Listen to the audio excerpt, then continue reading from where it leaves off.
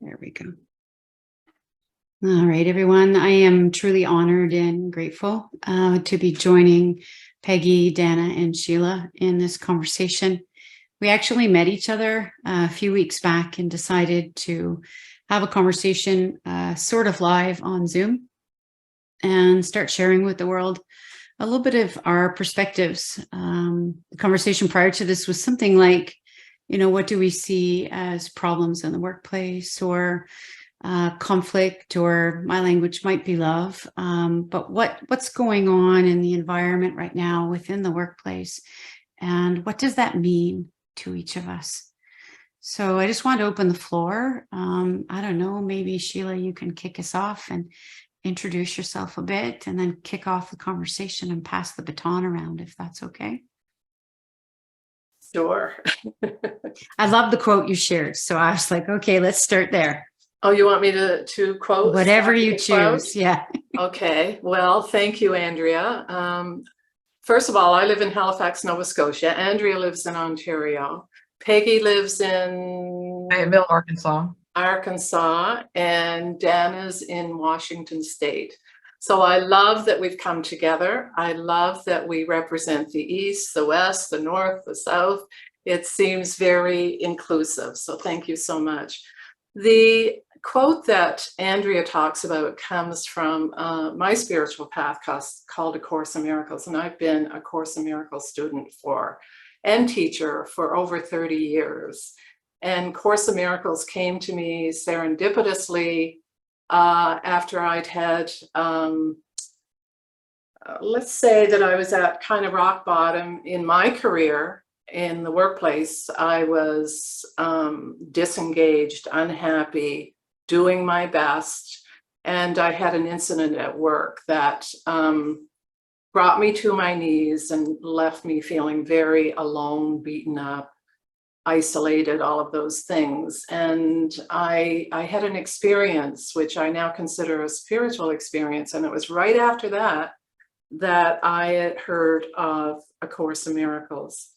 And the introduction in Course says, the Course does not aim at teaching the meaning of love, for that is beyond what can be taught. It does aim, however, at removing the blocks to the awareness of love's presence, which is our natural inheritance. And as I thought about that, as I think about that in the workplace, I realize that that's what I really am focused on right now, is because I consider stress, burnout, lack of engagement, all of those things as blocks to the awareness of our natural inheritance of love. And I was on LinkedIn yesterday, and somebody was posting a course about managing your time. And she did it very cleverly. She said, this is not a time management program. It's about managing your energy, managing your expectations.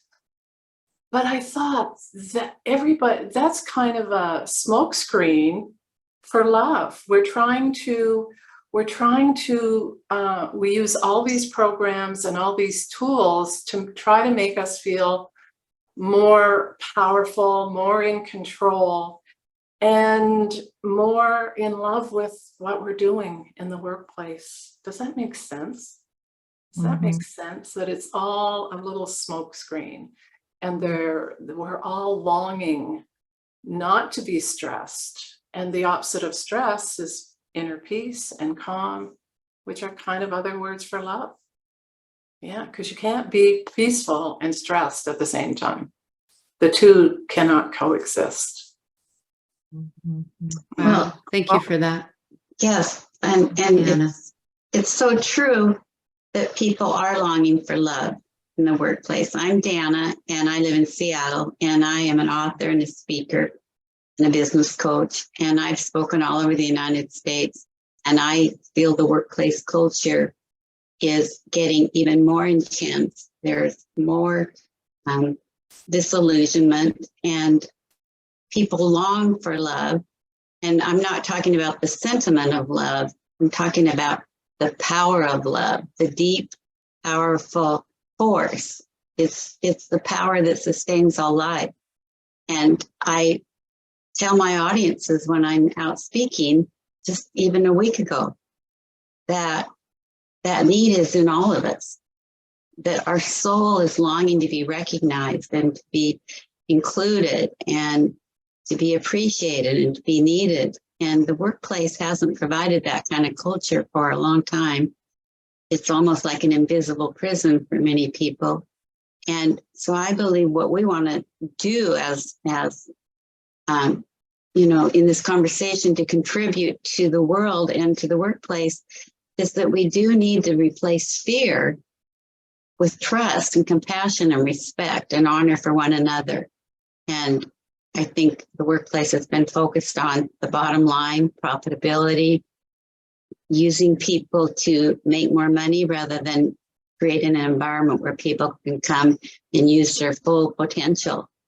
And so I think the work starts with helping leaders look within and find their own authentic power and get off this treadmill of chasing the almighty dollar and using people as if they're machine parts, because it's not working anymore. And people are really, in my audiences and in my clients, they are really suffering, and they're describing their dissatisfaction. In fact, the great resignation and quietly quitting are symptoms of how the workplace culture is.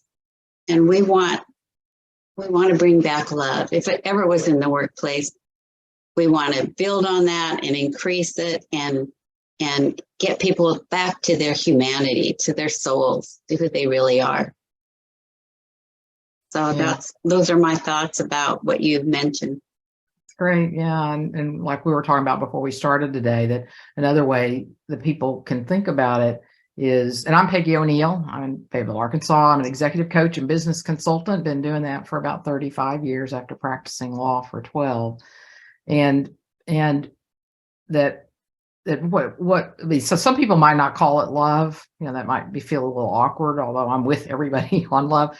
But another way to think about it might be connection, that we really want to connect with other people, connect with ourselves, connect with what matters to us, and feel free, I think, to express that. So some of what y'all are saying about people being burned out or employee engagement, quiet resignation, is because people want to be seen and they want to express and want to be alive. And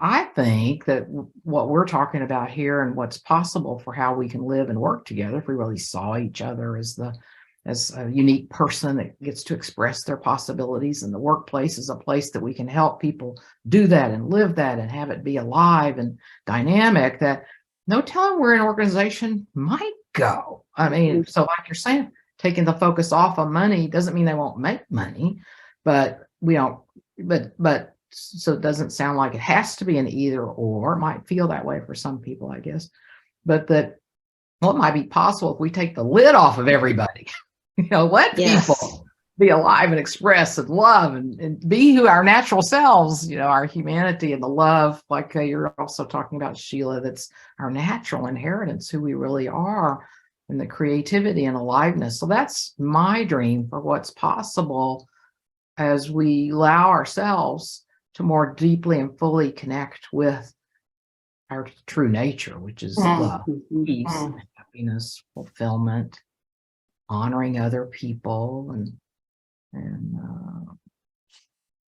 so those are my thoughts for now. It's interesting, isn't it? Oh, sorry, Peggy. Andrea.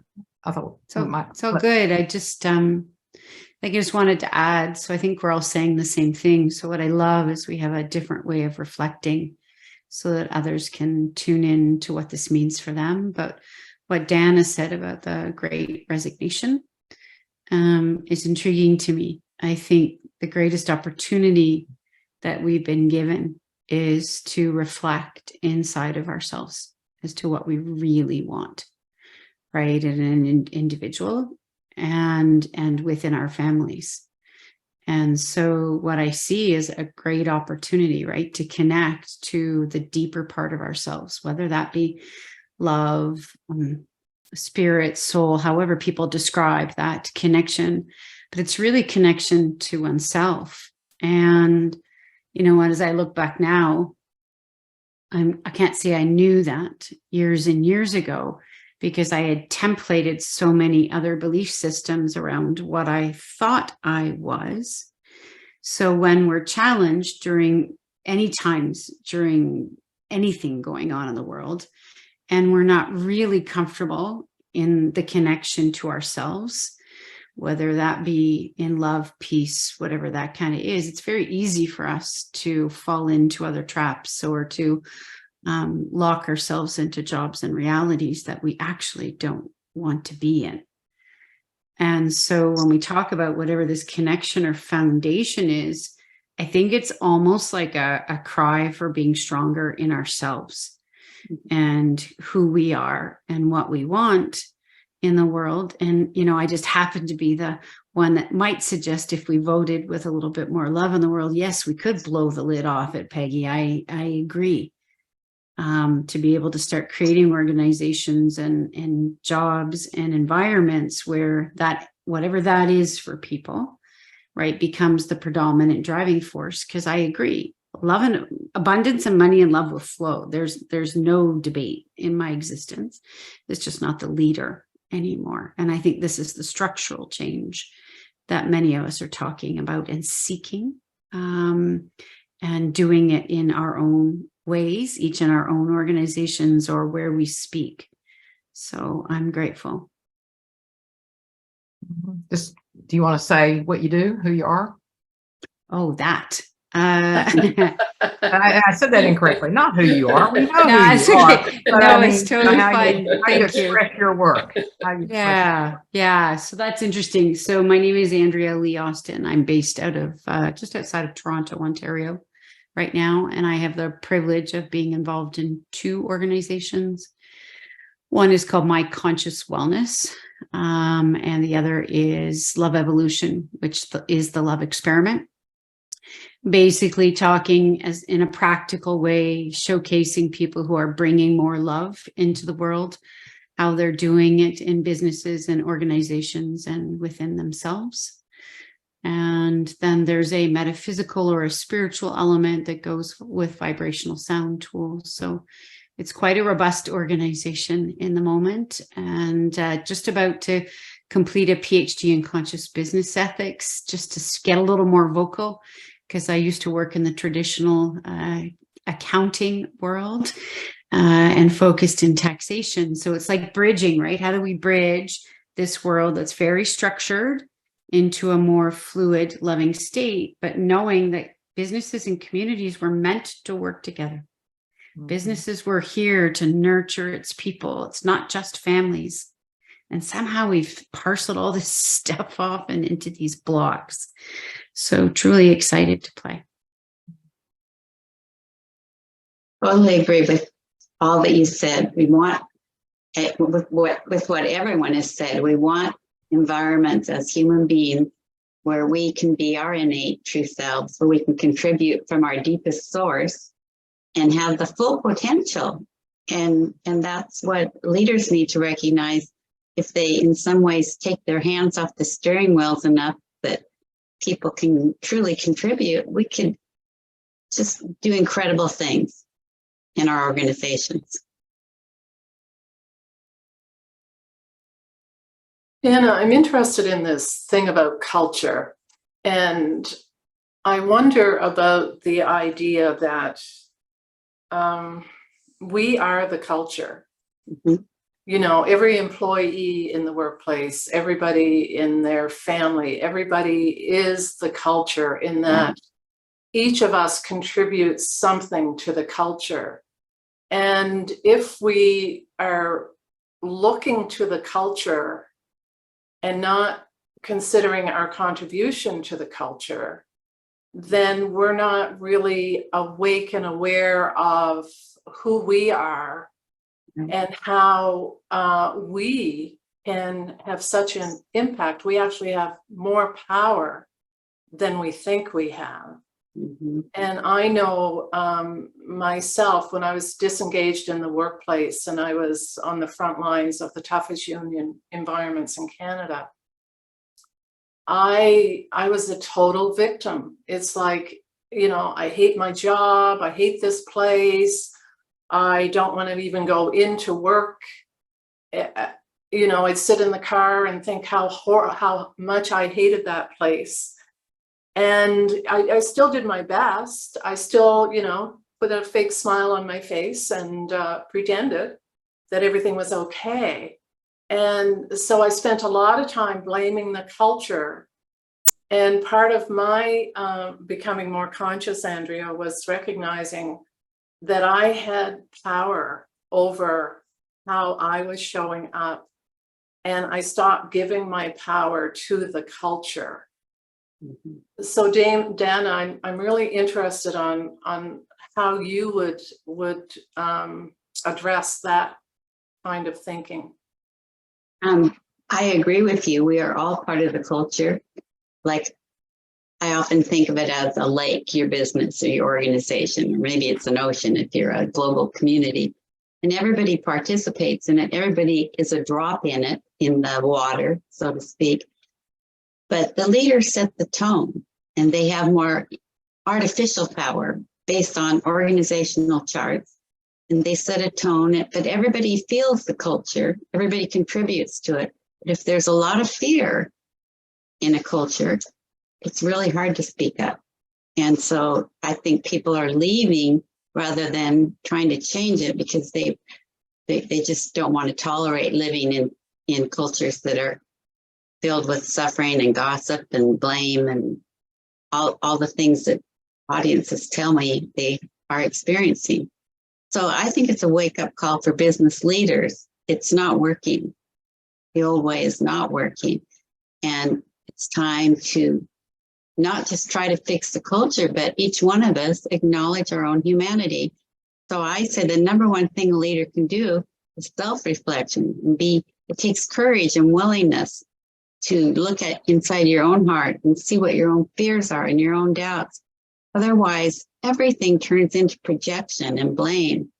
And I think you would all agree that's happening in our world culture, our political culture. Constant blame, one-upmanship, internal competition in organizations, but outright in civil discordance going on in our world right now. And maybe we're reaching an extreme breaking point. I believe we are, that this is a shift and that a new world is arising, and it's coming through people that are willing to stand up and be a voice for change. And it takes courage to bring about that kind of change. Yeah, definitely courage. And back to the organizational culture, what I'd like to offer around that is that exactly what you're saying, the leader sets the tone, and we're all, and like you also said, we're all like drops in the water. Like, I'm a green drop, you're a red one, blue one, yellow, orange, but we're all influencing. Right. So each person, so I really encourage people, clients or teams that I work with, to not wait on the leader, to instead of saying, well, they're the one in charge, I can't do anything. It's going to take some courage, but I don't necessarily have to speak up. What I can do is recognize that just my being. Mm-hmm. So if I'm coming in with resentment and I hate today and I don't want to be here, then they're influencing the whole work environment that way. And I think one of the things we said about today is we know that people are dissatisfied at work, but instead of making the work decide how they feel, they can go, well, wait, what do I want to feel today at the workplace? What do I want to bring? I really want to feel happy, and I want to feel, caring about other people. And so, gosh, how can I do that and bring that in there? It might take a little courage because I'm so used to something else and everybody else is maybe down in the mouth. So maybe I take a baby step today where I just slightly let myself be a little happier. What can I focus on, pay attention to, instead of what I don't like? What can I pay attention to in some way that I start infiltrating the, I don't like that word. Take that out. I didn't say that. I got to get rid of all terms that have anything to do. It's been erased. what I'm doing is I'm permeating culture with smiling at people. Maybe Yeah. just do that. And then we all know, everybody that studied this sort of stuff, smiling changes all our chemistry and everything. So just smiling start changing. So, but then I'm also with what y'all are saying too about time for leaders to, of course, they're afraid too.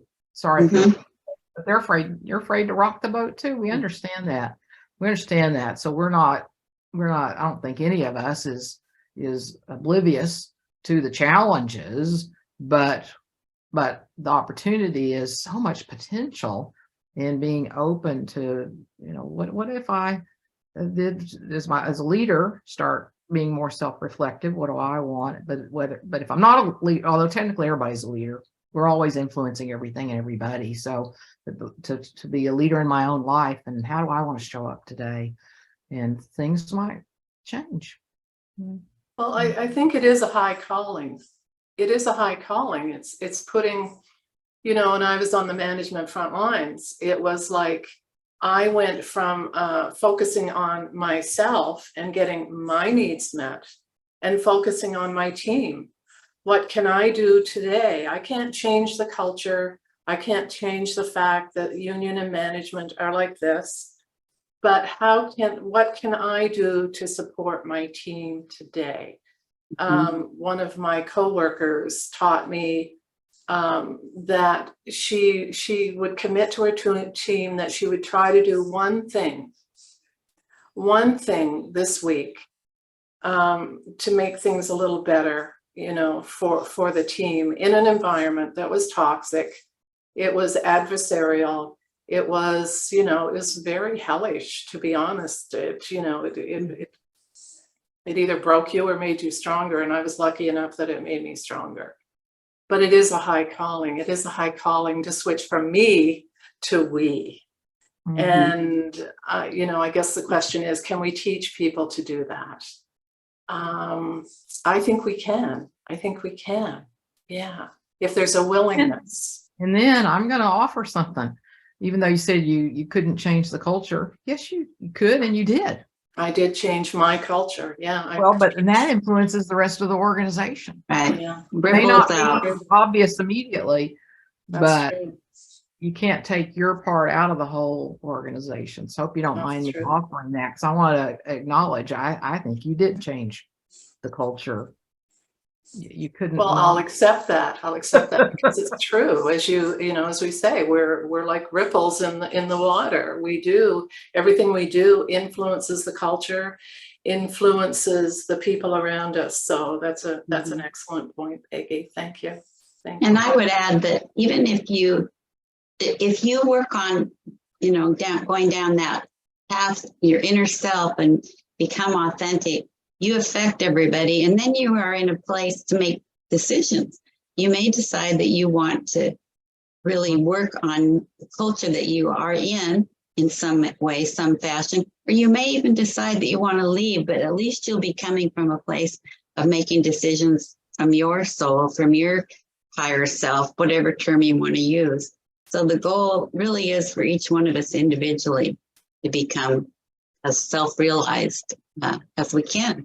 And if we are in a formal leadership position, that can have even a greater impact. Well said. Yes. And our time's almost up, but I would add that I stayed for 3 years and I knew I would leave, but I considered the workplace my classroom. And I think that's a wonderful switch for people to look at as a place for personal development and professional development as well. But look at it as a classroom. Every relationship, every interaction is an opportunity. We're all students and we're all teachers to each other. So that's how I was able to stay, and I'm glad I did. That's a great way to think about it, because I think lots of times people think, well, I'm not happy here. I've either got to leave or be miserable. And a lot of people stay because they have paychecks, they have families, that all that stuff is great of them. So I appreciate what we're offering here too for people is you don't have to be miserable. You may not want to leave right now, but as you're both saying, an opportunity to what is there to really lose by just trying a few new things, letting yourself be a little happier, and who knows, as Danna referenced, over time, as maybe you build up some confidence doing that, you realize that you can influence yourself in such a way that eventually maybe some job opportunity opens up because you haven't stayed stuck in that situation. You don't have to leave the situation, but you didn't stay stuck in your way of being in that situation. I think it's important, if you decide to leave on your terms. And that's what I did. I left because I was going towards something, not running away from anything. Nice. Yeah. You'll just take it with you. Exactly. It'll show up in the next somewhere else. place. That's right. Absolutely. Absolutely. Yeah, so thank you. That was kind of the direction I was sensing for that conversation. So I think, as people are listening, the question that came to mind is, how do I influence change, right? In a world where it might be in a workplace, it might be in a tumultuous environment, and it seems common that we can blame other people and feel powerless in certain situations. And it makes sense, right? There's, a lot of interesting things going down right now. But what I think you each said, and I'm grateful, was that right now the responsibility, let's call it that, is to ourselves, finding that happiness and peace and creativity, or whatever that is for each of us, inside a workplace, outside of workplace, which then has that ripple effect, not the infiltration effect. I love that. But the ripple effect, or the permeation, right? And my language would be of love. And that's, I think, the conscious choice that we're making or not making. And I get it around paychecks and scarcity and fear. I went from 6 digits to 0. I get it. But I think it's important for each of us to consciously choose that love and connection, the way Peggy said, with inside of ourselves, so that we can have the ripple effect in the world. Wonderful recap. Thank you, Andrea. You. Thanks, everyone. And thank you, Thank you, everyone.